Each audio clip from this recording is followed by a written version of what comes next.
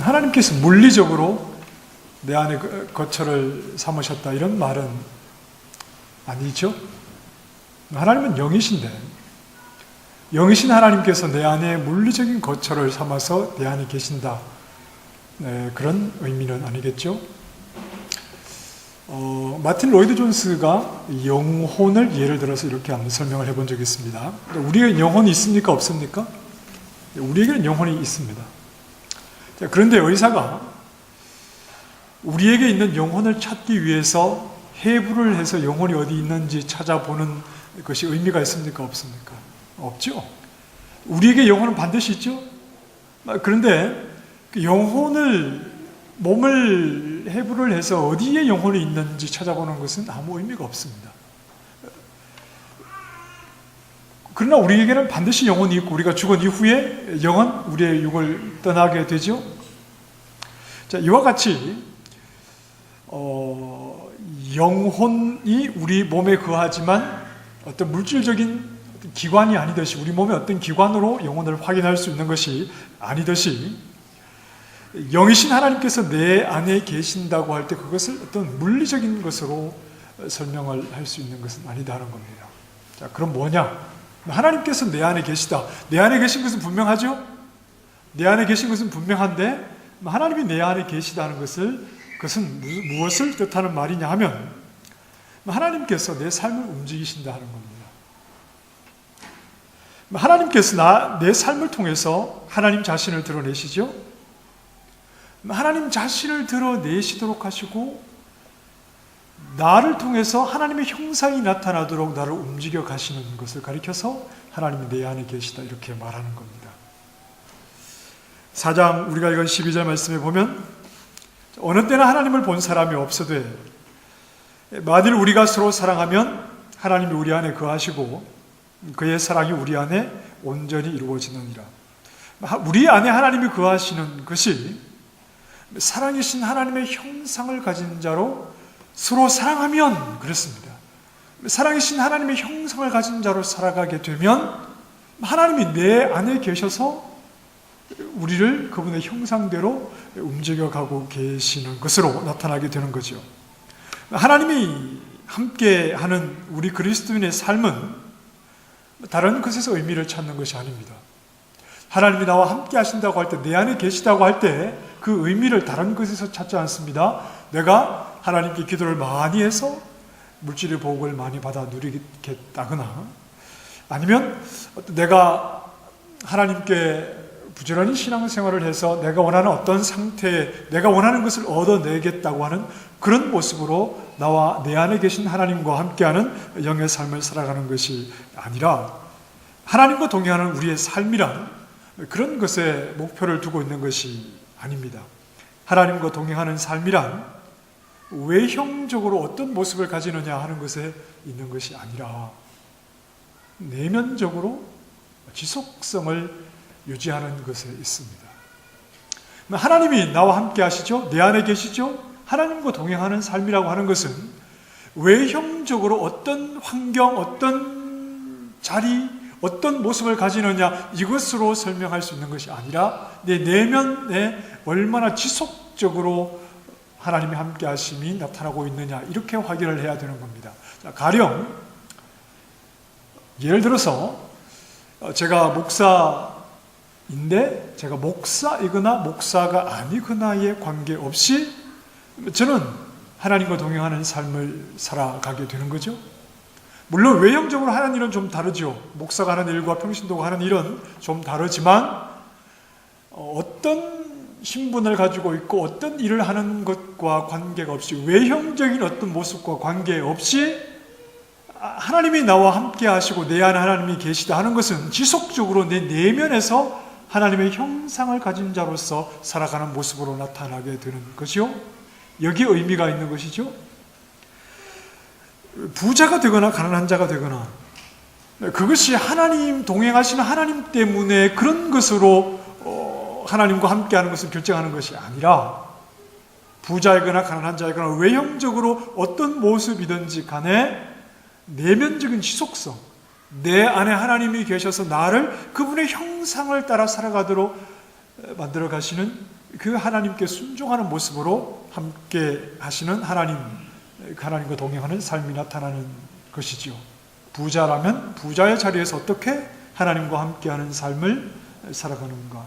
가난하다면 가난한 자리에서 나와 함께 하시는 그 하나님, 내 내면에 끊임없이 지속적으로 그분의 형상을 닮아가게 되는가 하는 것으로 나와 함께 하시는 하나님과 동행을 설명을 해야지 외형적인 모습으로 그렇게 하나님과 함께 하신다는 것을 그런 것으로 증명을 하고 해서는 안 된다 하는 거죠.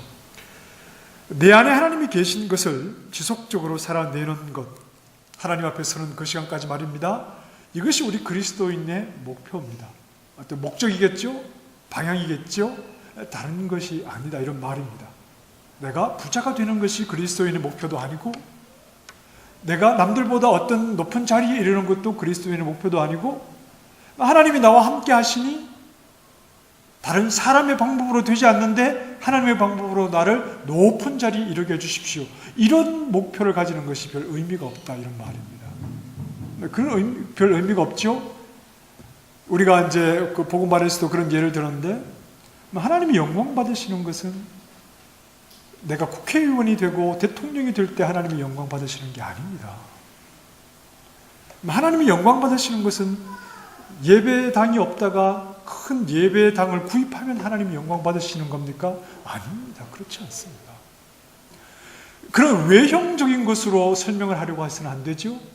그게 아니라 내가 국회의원이 되지 않고 그저 지극히 평범한 소시민으로 살아간다 하더라도 하나님의 형상을 가진 자로 살아가게 될 때 그 모습을 통해서 하나님은 영광 받으시는 것이고, 우리가 예배당이 없는데 예배당을 마련하게 되는 모든 과정과, 그리고 예배당을 구입한 이후에 그 예배의 처소가 우리에게 어떤 의미인가 하는 것을 하나님 앞에서 바르게 잡아야지.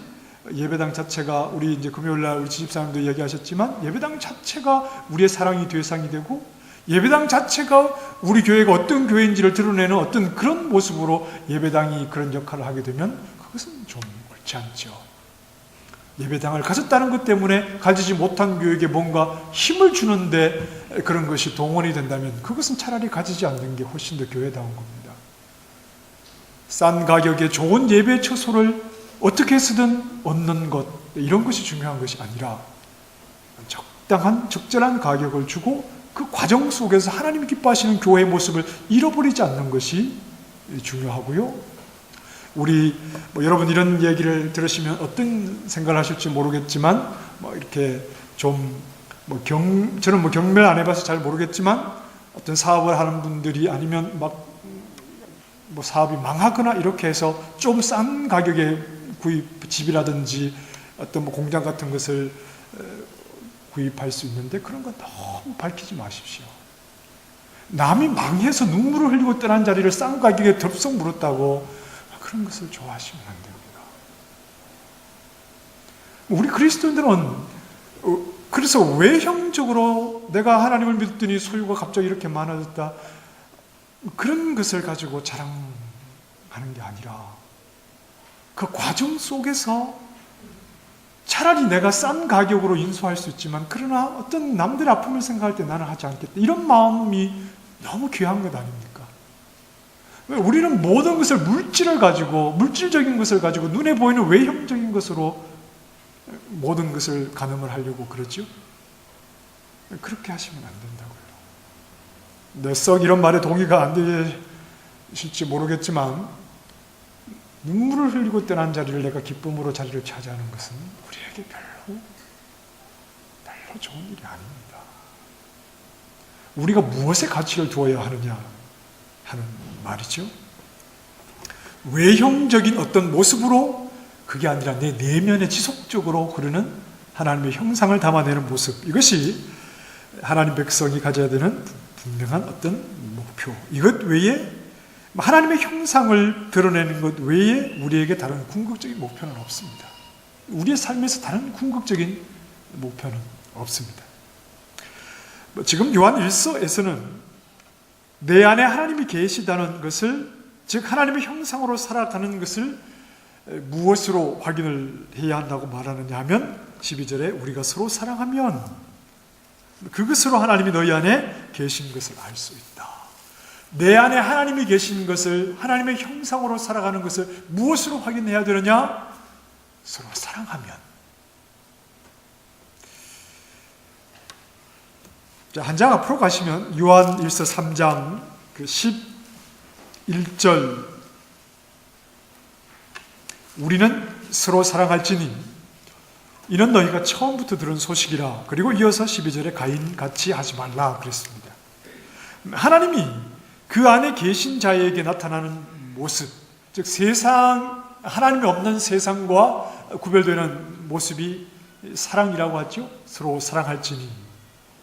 그 사랑이 뭐냐 하면 가인같이 되지 않는 것이죠. 가인같이 되지 않는 겁니다. 가인은 세상의 본성을 보여줍니다. 이건 우리의 본성이기도 했습니다.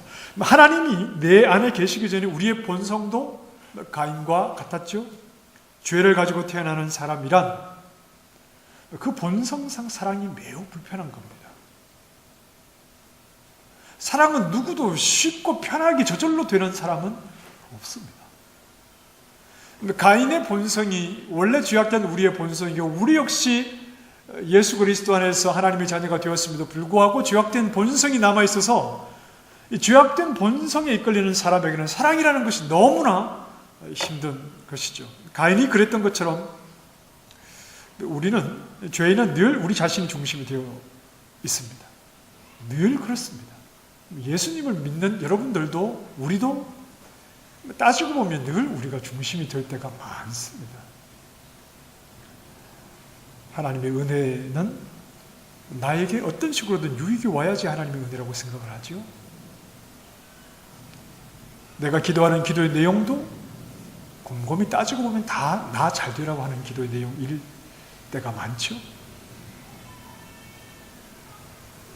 우리도 하나님을 믿는 우리도 그 중심에 보면 늘 내가 있어서 내가 잘 되는 것이 은혜라고 그러고 내가 잘 되는 것에 감사하고 내가 못되기를 바라는 마음은 아무도 없습니다. 여기다 휘발유를 뿌리면 이제 목이 터져라 기도하는 거죠. 네가 기도를 안 해서 응답이 없으니까 달라고 기도해라 그러면 주신다. 이렇게 나가버리면 주신다는데, 내가 원하는 것을 주신다는데 목이 터져라고 기도하죠. 그걸 우리는 뜨겁다. 뜨거움은 어떤 현상을 보고 얘기해서는 안 됩니다. 막 기도하는 그 현상을 보고 뜨겁다 이렇게 말해서는 안 되고, 진정한 기도의 의미는 우리가 모여서 얼마나 뜨겁게 기도했느냐, 큰 소리를 기도했느냐 여기에 있는 것이 아니라, 말씀드렸죠? 기도 이후에 진정한 기도였는가가 확인되어야 되는 거죠. 하나님 앞에 주의 뜻대로 기도 이루어지기를 기도했다면 그 주의 뜻이라는 것이 내 뜻이 아니라, 내 뜻을 이루어달라는 것이 아니라 주님의 뜻대로 이루어지기를 정말 기도했다면 그 기도가 끝난 뒤에 진정한 기도의 결과가 나타나야 되죠. 그것은 겟세마네로 가는 겁니다. 아니, 십자가로 가는 거지요. 주의 뜻대로 이루어지게 해주십시오라고 막 뜨겁게 기도했는데 그 주의 뜻이 내 뜻이었어요. 내가 원하는 대로 이루어지는 게 주님의 뜻이라고 생각을 하고 그렇게 기도한 뒤에 여전히 내가 중심이 되는 모습이라면 과연 그 기도가 정말 하나님이 기뻐하시는 뜨거운 기도였나 하는 것을 생각을 해봐야 하고, 진정 뜨거운 기도는 예수님의 기도 아니었을까요? 겟세마네 동산에서 주님께 자기의 모든 것을 내어드리고 기도 후에 십자가로 향하신 그 예수님의 기도야말로 정말 뜨거운 기도 아니었습니까? 우리가 믿음 생활하면서 늘 자기중심적인 생각, 나 잘 되는 것, 여기에 관심이 가 있고 그것이 원인이 되고 동기가 되어서 하나님 앞에 부르짖고 있다면 우리는 좀 심각하게 우리 자신을 생각을 해봐야 합니다. 저는 문득 그런 생각이 들어요. 과연 우리를 구원하시는 하나님이 보시기에 합당한 믿음인가? 저는 문득 그런 생각이 들어요. 정말 우리 교회 성도들이 함께 믿음 생활하는 이 믿음이라는 게 정말 구원 얻는 자의 믿음, 하나님 기뻐하시는 믿음이 맞는 걸까? 저는 문득 그런 생각이 들고요. 막 이렇게 어떤 한국에, 뭐 여기는 제가 잘 모르겠는데, 한국에 그때 뭐 큰 총회 같은 데서 이렇게 사람들이 꽉 모여 있잖아요. 대형 교회 사람들이 꽉 있잖아요. 그러면서 저는 막 그런 생각이 드는 거예요. 야, 정말 저기에 하나님을 진심으로 믿는 사람들로 가득한 것일까? 막 싸움 같은 거 하거든요. 총회 같은 거 하면 싸움하고, 교회에서도 원래 하면 막 싸움하잖아요. 저는 그런 생각이 요즘 많이 들어요. 정말 나는 정말 하나님이 기뻐하시는 믿음 맞는가?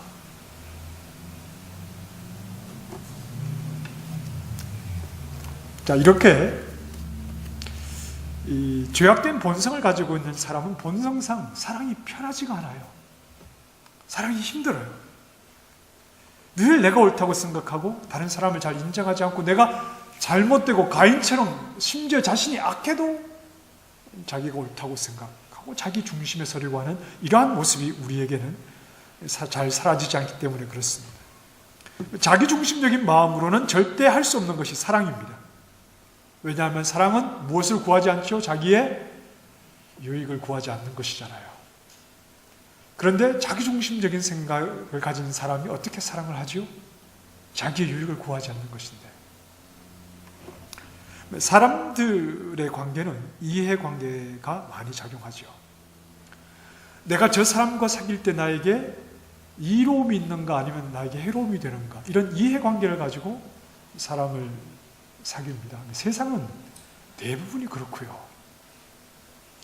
나에게 어떤 이득이 없으면 사귀려고 하지 않죠. 뭔가 저 사람에게 가까이서 가면 뭔가 나에게 유익한 것이 있다고 하니까 세상의 관계는 그런 관계가 대부분이라고 볼 수 있죠. 그런데 이런 모습이 교회 안에도 있을 수 있어요.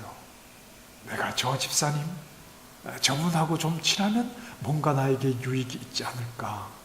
그래서 사람을 사귀기도 하고 또 의도적으로 멀리 두기도 하는 이런 모습이 교회 안에도 있을 수 있습니다. 자, 이렇게 본성상 사람은 늘 자기를 생각하고 자기에게 이로운 것을 생각하기 때문에 사랑하기가 어려운데, 그런데 서로 사랑하고 있고 또 앞으로도 사랑하기를 힘쓰고 있는 사람이라면 이들은 분명히 그들 안에 하나님이 계신 게 맞다는 겁니다. 지금 사도 요한이 그렇게 말하는 겁니다. 가인처럼 늘 자기중심적인 사람인데, 그런데 그 사람의 서로 사랑하고자 하는 이런 모습이 나타나고 있다면 정말 이 사람은 그 안에 하나님이 계셔서 하나님의 형상을 가지고 살아가는 사람의 모습이 맞다. 12절에 어느 때나 하나님을 본 사람이 없어되 만일 우리가 서로 사랑하면 하나님이 우리 안에 거하시고 그 사랑이 우리 안에 온전히 이루어지느니라. 그의 사랑이 우리 안에 온전히 이루어지느니라. 이 말은 그분의 사랑이 우리 안에서 완성될 것입니다. 이런 말입니다. 어느 때나 하나님을 본 사람이 없으되 만일 우리가 서로 사랑하면 하나님이 우리 안에 거하시고 그분의 사랑이 우리 안에서 완성될 것입니다. 놀랍지 않습니까? 사랑은 하나님에게서 나오는 겁니다.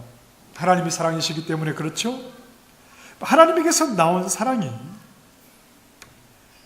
하나님께서 자기 자녀된 자들과 함께 하셔서 그들을 통해서 하나님의 사랑을 드러나게 하시는데, 바로 사랑이신 하나님을 자녀들을 통해서 드러나게 하심으로 그 사랑을 완성하신다. 하나님께서 시작하신 일을 끝내지 못하시는 일은 없습니다. 시작하신 일은 반드시 완성하시는데, 특히 우리에게 독생자를 주셔서 그분의 사랑, 하나님의 본성이신 그 사랑을 나타내신 그 사랑을 하나님께서 반드시 완성을 하시죠. 누구를 통해서 완성하시죠? 우리를 통해서 완성하신다는 말입니다. 독생자를 우리에게 주심으로 우리 가운데 나타내신 그분의 사랑을 하나님의 사람된 우리를 통해서, 하나님이 함께 하셔서 하나님의 형상으로 살아가는 하나님의 백성들을 통해서 그 사랑을 완성하신다는 말이죠. 사랑으로 독생자를 주셔 십자가에 달리신 것은 그 십자가는 우리를 죄에서 구원하시는 놀라운 하나님의 역사를 이루시는 겁니다. 그렇죠? 자, 십자가는 우리를 죄에서 구원하는 놀라운 결과를 가져다 줍니다. 그런데 그것으로 끝나는 것이 아니라 또한 우리가 그 사랑으로 서로 사랑하는 모습을 나타나게 하시는 것으로 그 사랑의 사역을 완성하신다, 이런 말입니다. 우리를 구원하시는 것으로 그 십자가를 통해서 보이신 하나님의 사랑이 끝나는 것이 아니라 우리를 구원하셔서 자기 백성 삼으시고 그 백성과 하나님께서 함께 하시는 그 사람들을 통해서 하나님의 사랑이 나타나게 하심으로 그분의 사랑을 완성하신다. 내가 십자가에 참여한다는 것은 어떤 의미가 있습니까? 하나님의 사랑을 받아 값없이 하나님의 자녀가 되었다. 구원을 얻었다.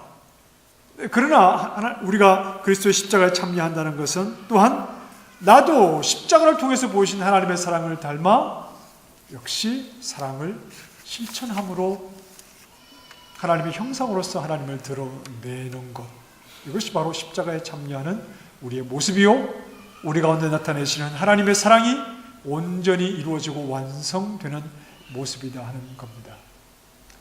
그러니 우리가 본성을 따라 가인 같은 마음으로 사는 것이 더 이상 즐겁지 않고 나 중심으로 내가 환영받고 내가 주인이 되고 어떤 이런 삶을 사는 것이 별로 즐겁지 않고 언제나 자기 중심적인 생각을 가지고 신앙생활하는 것이 행복하지 않고 하나님의 형상으로 살아가기를 원하고 사랑이신 하나님을 보이기를, 비록 실패할 때가 많고 부족하다 하더라도 하나님의 형상으로서 사랑이신 그 하나님을 보이기를 즐거워하고 있다면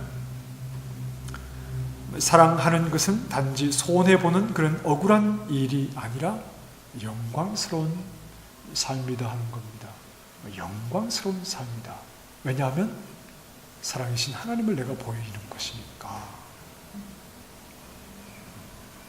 내 안에 십자가를 통해서 시작하신 그 하나님의 사랑이 나에게서 완성되도록 하시는 그 하나님의 형상을 드러내는 것이니까 사랑을 행하는 삶은 그냥 막연히 손해만 보고 바보처럼 살아가는 것이 아니라 매우 영광스러운 삶이다 하는 겁니다.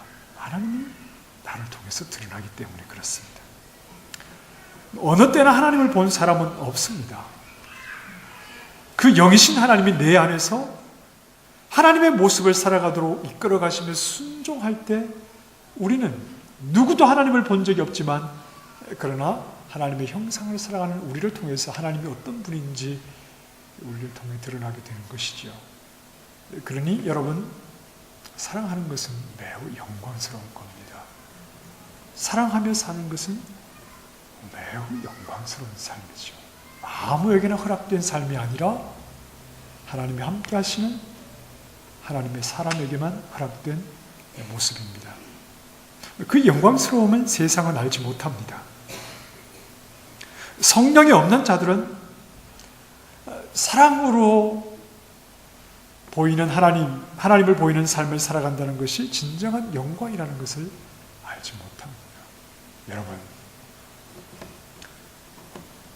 하나님의 백성들 우리에게 정말 무엇이 영광입니까? 하나님이 나와 함께 하시는데 나와 함께 하시는 하나님의 영광이 내가 원하는 어떤 것을 얻고 내가 원하는 어떤 외형적인 모습을 가지고 우리는 그런 것으로만 생각을 해서는 안 됩니다. 그런 것은 의미가 없습니다. 정말 의미가 없습니다. 하나님이 나와 함께 하셔서 영광스러운 삶은 하나님, 눈에 보이지 않는 하나님의 그 모습이 나를 통해서 사랑으로 나타나게 될 때 이것이야말로 진정 영광스러운 삶이라는 것을 우리는 좀 생각을 해야 합니다. 13절 말씀에 그의 성령을 우리에게 주심으로 우리가 그 안에 거하고 그가 우리 안에 거하는 줄을 아느니라. 우리에게 주신 성령이 우리 안에 사시는 일은 더 이상 우리가 육체를 따라 살지 않도록 하는 겁니다. 육체라는 말은 무슨 말이었죠? 사도 바울이 육체라는 표현을 쓸 때 갈라디아서에서도 또 로마서에서도 많이 사용하는데, 육체를 따라 산다는 말은 성령의 사람이 아니다는 말이죠. 구원받지 못한 세상을 가리키죠. 죄악 가운데 여전히 죄악된 본성에 충실해서 살아가는 삶을 가리키죠. 그의 성령을 우리에게 주심으로 우리가 그 안에 거하고 그가 우리 안에 거하는 줄을 아느니라. 우리에게 주신 성령이 우리 안에서 하는 일은 육체 욕심을 따라 살지 않도록 하시는 일입니다. 갈라디아서 5장에 내가 이르노니 너희는 성령을 따라 행하라. 그리하면 육체의 욕심을 이루지 아니하리라 그랬습니다. 육체의 욕심이란 다 자기 중심이죠. 자기가 원하는 것을 하는 것이죠. 상대방의 유익은 생각하지 않고 자기의 유익만을 먼저 생각해서 하는 일이죠. 다 가인적인 삶입니다. 그러나 하나님은 우리 안에 성령을 두셔서 더 이상 육을 따르는 삶이 매력이 없다는 것을 분명하게 가르쳐 주시죠. 음란하고 시기하고 우상을 숭배하고 탐욕을 가지고 살고 분쟁하고 당짓고 이런 육체를 따라 사는 것이 우리에게 아무 매력이 되지 않는다는 것을 우리 안에 계신 성령이 우리에게 알게 하십니다. 대신 우리 안에서 성령의 열매를 맺게 하시는데, 우리가 지난 시간에 말했던 것처럼 성령의 열매는 몇 가지요? 9가지이지만 고린도전서 13장에 나오는 사랑과 거의 혹시 집에 가서 읽어보신 분 계십니까? 제가 상 드릴게요. 네, 안 읽어보셨군요. 갈라디아서 5장에 나오는 성령의 열매와 고린도전서 13장의 사랑은 거의 흡사하죠. 우리 안에 성령을 주셔서 내가 더 이상 육을 따라 살지 않고 나와 함께 하시는 하나님이 내 안에 계신 자로서 하나님의 형상을 보이는 삶을 살게 하게 될 때 나타나는 모습은 뭐죠? 바로 사랑의 모습인 거죠. 우리 안에 성령을 두셔서 독생자를 주심으로 시작하신 그 사랑이 우리 안에서 완성되게 하시는 겁니다. 성령이 우리 안에 계셔서 하시는 일이 그 일이라고요. 독생자를 통해서 시작하신 그 사랑을 하나님의 백성된 우리를 통해서 완성하게 하시는 일, 성령의 열매로 완성하게 하시는 일을 우리 안에 성령을 두셔서 하나님이 하시는 일입니다. 사랑은 내 힘으로 하는 것도 아니고 내가 만들어내는 것도 아닙니다. 그것은 하나님과 연결되어 있는 것이고 우리 안에 하나님이 계신 자들인 교회만이 할 수 있는 겁니다. 사랑은 교회만이 할 수 있는 겁니다. 하나님이 계신 자들, 하나님의 백성만이 할 수 있는 것이 사랑이죠. 그러니 사랑을 하면서 내가 손해보는 것, 내가 잃어버리는 것만을 생각해서는 안 되죠. 그건 내가 가진 것으로 내 힘으로 하는 것이겠죠. 그런 것만 생각한다면 우리는 사랑을 하면서 얻지요. 뭘 얻습니까? 네, 하나님을 얻습니다. 하나님이 내 안에 계시다는 것을 우리는 사랑을 함으로 알게 되고 고백하게 되고 함께 하시는 하나님 때문에 즐거움을 얻게 되는 겁니다. 우리가 사랑하는 이유가 뭡니까? 사랑하는 이유가 뭐지요? 나를 보이기 위함입니까? 내가 얼마나 대단한 사람인가를 보이기 위해서 그렇게 사랑하시나요? 사랑을 한다는 것은 당연히 손해를 보죠. 왜? 자기의 유익을 구하는 것이 아니니까요. 그런데 우리는 사랑하죠? 그 사랑을 모른 척하고 그 사랑을 거부하고 살 수 없을 만큼 우리 안에는 하나님이 계시기 때문에 그렇습니다. 그 하나님이 계셔서 내 안에 하나님의 형상을 담은 자로 살아가도록 끊임없이 나를 움직여 가시고 이끌어 가시기 때문에 우리는 사랑을 하게 되고, 내가 사랑을 함으로 뭔가를 바라고 기대하는 것이 아니라 내가 사랑을 함으로 정말 하나님이 내 안에 계셔서 내가 그 하나님의 형상으로 사랑하는 영광스러운 삶을 살고 있구나 하는 것에 감사하고 기뻐하게 하는 것이죠. 그러니 하나님을 사랑하지 않는 자는 사랑의 삶을 사는 것이 힘들지요. 여전히 가인처럼 자기중심적으로 살아가는 사람은 정말 사랑의 삶을 살아가는 것이 힘들지요. 정말 주님을 사랑하는 사람, 그 삶이 영광인 것을 아는 사람만이 성령의 인도하심을 따라 사랑의 삶을 살게 되는 것입니다. 우리에게 성령을 주셨습니다. 이제 육을 버리고 하나님의 사랑으로 계속해서 열매 맺게 하시기를 원합니다. 하나님이 우리 안에 거하시는 사람인 것을 기쁘게 여기시기 바랍니다. 하나님이 내 안에 거하시는 것을 감사하시기 바랍니다.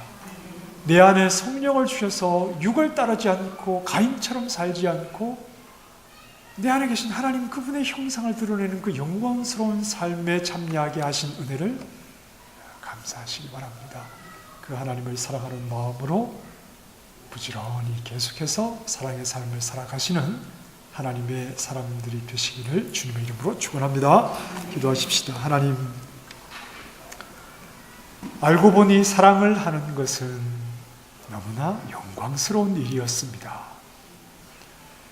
죄악된 본성을 가진 우리는 사랑하는 것이 너무나 어렵고 불가능하지만